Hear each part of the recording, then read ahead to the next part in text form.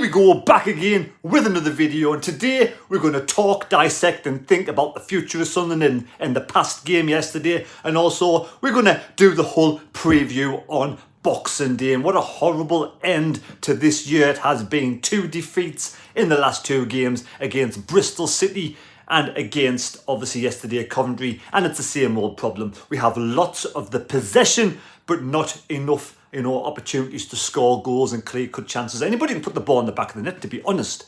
Now, first of all, I want to wish Niall Huggins, all the best. It looked horrendous yesterday. I've seen a few photos. It looks horrendous. I have no information on Niall himself and what the severity of the injury is, but we just wish and hope and pray that it's going to be an easy fix to whatever it is, and I wish him all the best and a speedy recovery. And hopefully, he's had an awful time with injuries. Just when we were thinking, and I heard someone say this yesterday, Niall Huggins has gone through a period where he hasn't had an injury, because he went through a period where he had 2 or 3 injuries, and then he's come back and he's had a really good run in the side, and he's shown what quality he has, and yesterday, it was just heartbreaking seeing what happened to him. So again, like I said, from everybody out, I know all Sunderland fans wish him a speedy recovery. And it was good to see yesterday when he was stretching off, all the Coventry fans stand up in applause. So thank you. But let's move on. Yesterday's game, Michael Beale's first game in charge of Sunderland. And we did see in previous games,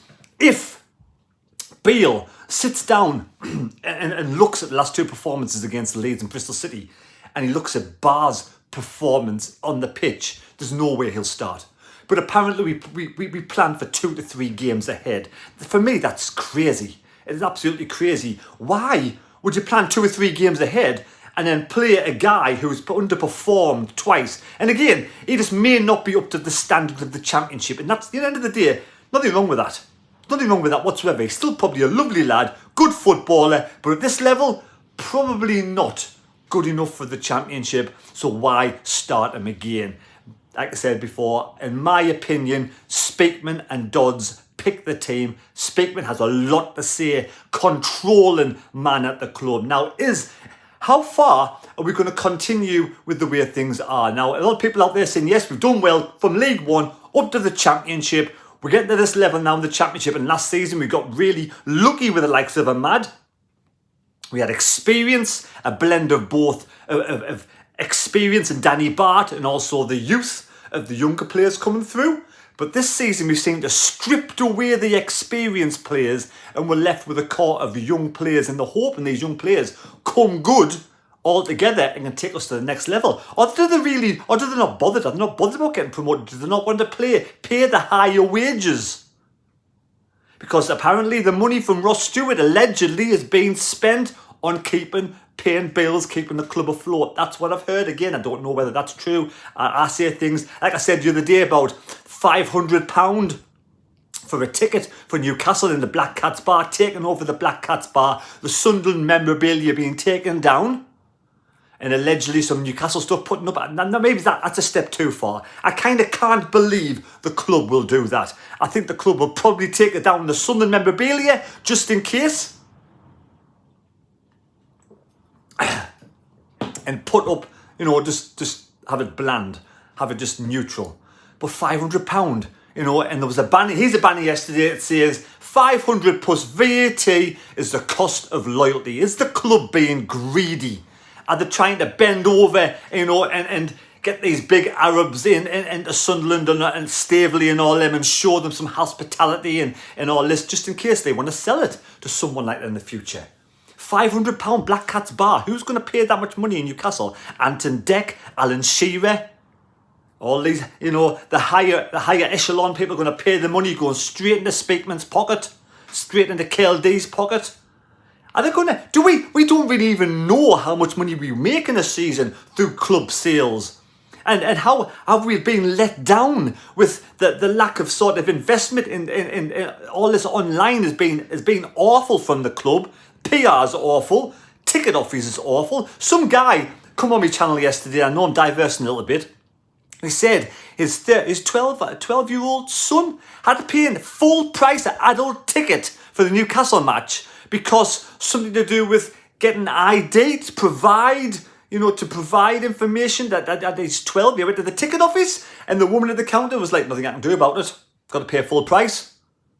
Even though his son was there, got to pay full price. If it was the other way around, if he was getting if he was an adult and only paying a child's rate, they'd be hell on. They'd be made to pay it straight away because it's the other way around. They're not really bothered, are they? This is what I mean. The paying public, the loyal fans from being got to Sunderland for years and years and years, seem to be getting neglected at times and offline. And even at the pitch, 40,000 fans each week in, week out. Over 20 plus games a season. Does that not pay all the wages? Does that not pay the running of the club along with sales? I went to the club shop the other day. The club shop was absolutely heaving. Online sales. Are we not keeping the club afloat by I say, I don't know the numbers, I don't know the figures, but are we going to start now paying, selling players and saying, right, we are now using the money from selling players to pay for the wages, to pay for the running of the club? I think it stinks. I think there's something not right here at this club at this moment in time. Is KLD playing football managers? KLD just wanting to make a business, trying to make money out of the club by, these bringing in youngsters and not paying the experience. You bring in experienced players who are going to want higher wages, aren't they? That's the problem. That is the problem. And yesterday, Pritchard apparently was unwell. That's why he didn't figure in the team at all. And Semedo was unwell as well, so I wish them two all the best. But on the pitch itself, start and bar, any absolute, any novice watcher of football can see he was the guy who's underperforming. And he's not a striker.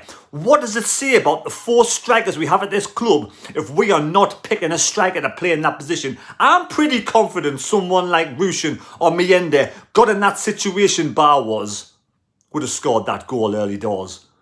Or they're not convinced they can do that job and get into that position in the first place. If that's the case, if they don't have any belief in the forward lineup, if Dodds has been there for a long time, Speakman's been there, they brought these forwards in and they're nowhere near ready. So we're just going to make do between now and the end of the season and hoping one of them comes ready or just continuously playing Bar or possibly Job up top. We're going to have to invest some money if we want. The club's going to show now whether they have any ambition in getting promoted to the Premier League. They're going to show now what Speakman's made of. Speakman, the controlling man in every aspect. If we fail under Beale, Speakman has to go. KLD needs to open his blinkers, open his eyes and bring somebody in who can progress this club to a higher level. If we fail, it's a if, because we want something to succeed. We want to do well. If we fail under Beale, that is now time for Speakman to go, because Tony Mowbray was doing a decent job. Tony Mowbray was doing a better job. For me, was doing a better job than anybody else has been to this club over the last few years. Just because Tony Mowbray got sick of in his mind, he knew these players weren't ready, and he stood up and spoke out about it.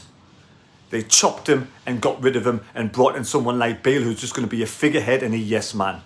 We'll see what Beale's made of in the next game. This 3-game plan, the Leeds, the Bristol City and the game against Coventry is gone now. We change and we do something different for the whole match. We've got to do something different, because it's okay playing tippy-tappy football and walking the ball as slow as possible. You can have 100 passes. It makes no difference. Look at the killer, the killer instinct from Coventry yesterday, driving forward, scoring the goals. I know you can't legislate mistakes from Patterson. He's had a dip of form. Ekwar, dip in form. Bar, dip in form. But that's the case. That's why you've got a squad of players. Bar needs to be dropped for the next match. Whereas Juice and Benetti, he can do a better job than Bar, surely. Also, Ekwar, it's time now as well to move Luke O'Nien out of the defensive position. The costing errors he makes, costing Sunderland. Yesterday, at one point, he was too busy trying to arm wrestle and headlock one of the players to the ground that the ball went astray and that led to the goal. All he had to do was get that ball in row Z and clear his lines, but he didn't. Mucking about, and even his yellow card, he's grabbing hold of his man, pulling his man down in the box. He's already done this once and cost us a penalty this season, and he's continuing to do it. He is not a defender. We have proper defenders who played really well, like Sleet played really well, Seat played really well. bring him in and maybe move Luke 09 into Ekwa's position while Ekwa is really underperforming right now. Luke 09 may not be so much of a liability in the midfield position. And he may do a better job than Ekwa at this moment in time. We've got to have square pegs and square holes. All this mucking about round, no strikers, playing a midfielder or left winger as a striker, a midfielder in defence. We may as well put a striker in goal at this moment in time. We've got to start a club of Sunderland's size. Why have we not got a striker on the pitch? We're the only club. It's got to be the only club in the entire universe who hasn't had a striker scoring a goal this season. And it sends you to drink. Have a nice one. Cheers, everybody. Hope you have a great Christmas and a good New Year. But a lot of supporters are speaking out there in KLD, and I get both sides of this. But can Speakman and KLD, can KLD, let's forget about Speakman, let's go to KLD, he was there yesterday with his brother. Can KLD progress this club to the Premier League, or has he not got what it takes? Is he waiting for someone to come in and buy this club one day and get the big cash for himself? Because if he's not going to progress any higher and we're going to sit mid-table in the Championship, then for me, it's time for the Speakman and KLD, KLD to go sell the club to someone who can take it higher. Yes, Metford and Salmon Pants is gone. They were the low of the low. We've moved on to the next level with KLD, but now it's penny pinching. Not willing to spend or invest any money whatsoever. And I know the fair play rules state we can't spend so much, but we make a lot of money off the fans. We got a lot of income coming in. So surely we have more of clout of bringing bigger players in, of being able to spend a little bit more money than the likes of Coventry. No disrespect to Coventry, but we've got the highest attendances in the country in the Championship. We probably bring in more money through club sales of also like shirts and stuff and tickets. Biggest following away from home. Where is all this money going? And if we bring in all of this, how can we surely? And the next company must be paying a fortune in wages for some of their players. 7 million for Ellis Sims. Our players aren't on massive wages, a lot of them. It's time for change somewhere. Something's got to change. Whether that's changing the team, whether that's changing the formation. 4-1-4-1 doesn't really work. Why not try two up top? Something different. Meander and Rushan together. Let's see what happens. Because Job was really poor yesterday in front of his older brother Jude. Lots of underperforming players yesterday. Lots of tippy-tappy football, walking it around. It's just the performance. And also this young side, when we go goal down, the heads seem to drop. Especially if we go 2 down, they seem to just abandon ship altogether. There's got to be a lot of characters that got to be looked at in this team. We need some stronger characters in this side. A leader on the pitch. We need some leaders. And some of these players need to wake up and really start putting a shift in. Right. I've waffled on enough. I don't even know if I hit the points I came on to do. Michael Beale compared to Tony Mowbray. Someone said it's like changing a Ferrari for a Skoda. I kind of get that. Tony Mowbray being good throughout his years as coach, getting teams to decent levels. He could have done a good job with a bit of support if he had a bit of influence. I don't believe Speakman saying that the coaches have influence on players coming in. I think that's a smokescreen and absolute bollocks. Absolute bollocks in my opinion. I want to see a bit of investment in the transfer window in January. If that means selling 1 or 2 of these players that are not good enough, get rid of your Dax. Yes, sell Bar, and I wish him all the best in the future. And invest some money in a decent striker, not just a kid. People are saying, we've got 4 strikers, why do we need another one? I'm sick of hearing saying about another striker. We need a striker that's ready now with the experience who can walk straight into this side and perform and score goals. These kids are not ready. And if they are ready, they're not being played. So that means that the hierarchy don't believe in what they've done. They've bought badly or they've bought for the future. They're not ready players now. So they're happy. If that's the case, they're happy to sit in the Championship, dwell in mid-table. They've got no ambition, I don't think, to go for. In my opinion, no ambition to get promoted. They're trying the luck a little bit, testing the luck, buying in kids, and hopefully they'll shine and grow. It's lucky. It's pure luck that happens. Right, we're going to move on to Hull now. Waffled on enough. Hull City in 6th place. Hull, well done to Hull, having a great season so far. You know, they play in the MKM Stadium, 2001 it was built, and you've got 25,000 plus, fans that can go in there. Rossini is the manager, 119 years of age, formed 1904. The Tigers, we were quite lucky yesterday. West Brom got beat against Middlesbrough. Middlesbrough are behind us on goal difference, and Hull got beat. So it's not all doom and gloom. If we can, at the end of the day, if Michael Beale can come in and say, look at, fuck you, Speakman, fuck you, Dodds, and I don't mean that in a nasty way, bar humbug kind of way. I've been brought in, let me pick my team, let me start to shape my formation, and let's see what he can do. With a little bit of tweaking, that's all it needs this side. So, the Tigers, West Brom in 5th place, 36 points. 6th place, Hull, 36 points. 110, drawn 6, lost 7. Sunderland have lost 10 games already, and it's not even Christmas. 33 points. We're only 3 points behind 6th and 5th. So, like I said, it's not all doom and gloom. It has been. What could we have done this season if we had a striker who could score goals? Last season, we only lost 13 games all season. We've lost 10 already. And we're not even halfway through the season. A shambles, absolute embarrassment of a performance yesterday. And those fans travelling from all around the country to come to the stadium night to watch that shite. And and like I said before, the first half, if Barr put that ball in the back of the net, if we had a striker on the pitch, that is the difference between this side at this moment in time. A striker on the pitch who knows where the back of the net is, if not one but two, we'd be a different side this season. Right, Bristol City won against Hull yesterday, so Hull lost yesterday. Hull beat Cardiff and they beat Borough as well. So, at the end of the day, they're a good side. Difficult game down there. I wish them all the best for the end of the season. I'm not going to waffle on too much more now because I want to say a big happy Christmas to everybody out there. Yes, it feels like it's the end of the world at the moment, but enjoy life with your family on Christmas Day, Boxing Day, and we'll come back with a live stream on Boxing Day. Yes, I'll be doing a live stream Boxing Day. So take care. God bless me. God go with you. We as fans, we want, end of the day, I don't hate Speakman. I don't dislike KLD.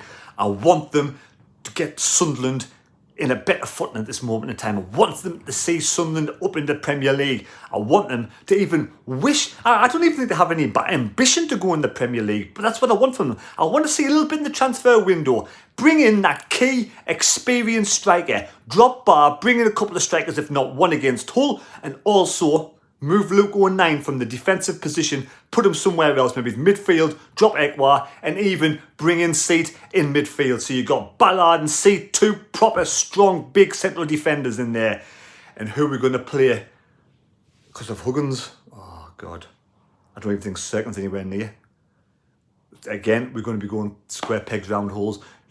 Leave Hume on the right-hand side. Bring in Ellis Taylor on the left-hand side. There we go. Give the young lad a chance. Hume on the right, Ellis Taylor on the left. Two central defenders.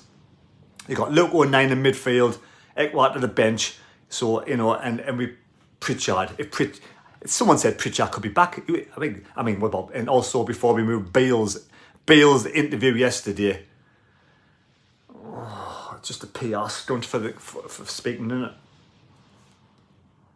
We'll leave Bale's interview to the next interview. We'll see what happens on Boxing Day, and then we'll start to dissect Bale. I'm not going to be hard on Bale at this moment in time because I want to see Bale come in, and really change and shape and bring his own players in. I want Bale, like I said before. He's not going to say fuck, Speakman and Dodds. And I've got nothing against them. I want them to do well, but I want them to start using the brain. Not using Sunderland as a cash cow. Not thinking about players as assets, as money, and trying to build them up to sell them, regardless of the results. You cannot do that. You cannot bring players in and think, right, I want to try and get Barr to sell Barr in the January window. The only way I can do that is put him in the shop window. you're decreasing his value because people can see how poor he is. And you're cutting your nose off despite your face by playing him because we're dropping points left, right and centre. It's an embarrassment, Speakman. It's an embarrassment. Sort your shit out. Right, there we go. Like I said, happy Christmas. No bar humbugs. Enjoy life with your family over Christmas. Take care. God bless, and we'll see you for the live stream against Hull. I don't know if I made any sense. If I did, let me know in the comments down below. Let me know your score predictions. Nobody got the correct score against Coventry. So only 2 people now are in the hat for the England shirt. You've got 2 more opportunities to go. I think 2 or 3 opportunities to go tomorrow against Hull. I'm going to say Michael Bale's going to come in, put his couple of strikers up top, or 1 striker anyway, and do what I've said. Okay, Michael, do what I've said. Okay, I'm going to go for a sneaky 1-0 win. Take care, God bless. Enjoy Christmas, and we'll see you later. Thank you.